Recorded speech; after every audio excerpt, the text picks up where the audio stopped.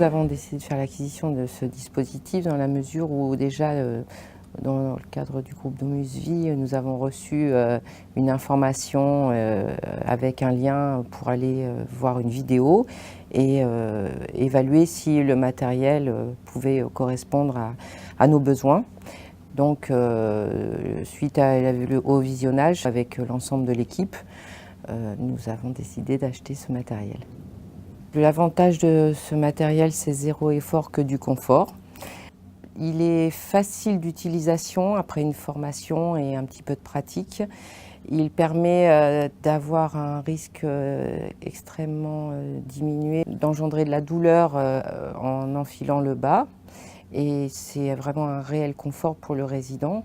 Tout d'abord, je l'avais vu sous cet angle-là et ensuite, j'ai vu l'avantage pour les soignants. Je trouvais qu'il y avait un réel bénéfice, d'autant que je continue aussi à pratiquer, à être sur le terrain et à connaître l'effort régulier qu'on doit faire sur cette manipulation.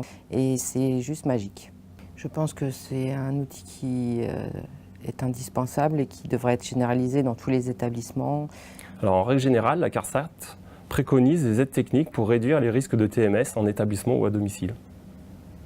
Alors dans les séquences qu'on vient de voir, l'enfil bas motorisé qui permet de limiter le risque de TMS au niveau du haut du corps, donc poignet, coude, épaule, qui peut être provoqué par l'enfilage des bas de contention. Ensuite, un autre exemple de dispositif que la CARSAT préconise, ce sont les lève-personnes sur rail qui permettent de réduire, voire de supprimer le risque de TMS du bas du dos ou du dos en général lors des transferts ou de la mobilisation des personnes dépendantes qui n'ont pas d'appui sur les jambes.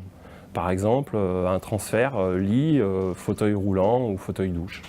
Ce dispositif est très pratique, très facile d'utilisation et il m'est devenu indispensable pour la mise en place des chaussettes. Pour moi, c'est un produit révolutionnaire et qui doit être généralisé dans tous les établissements.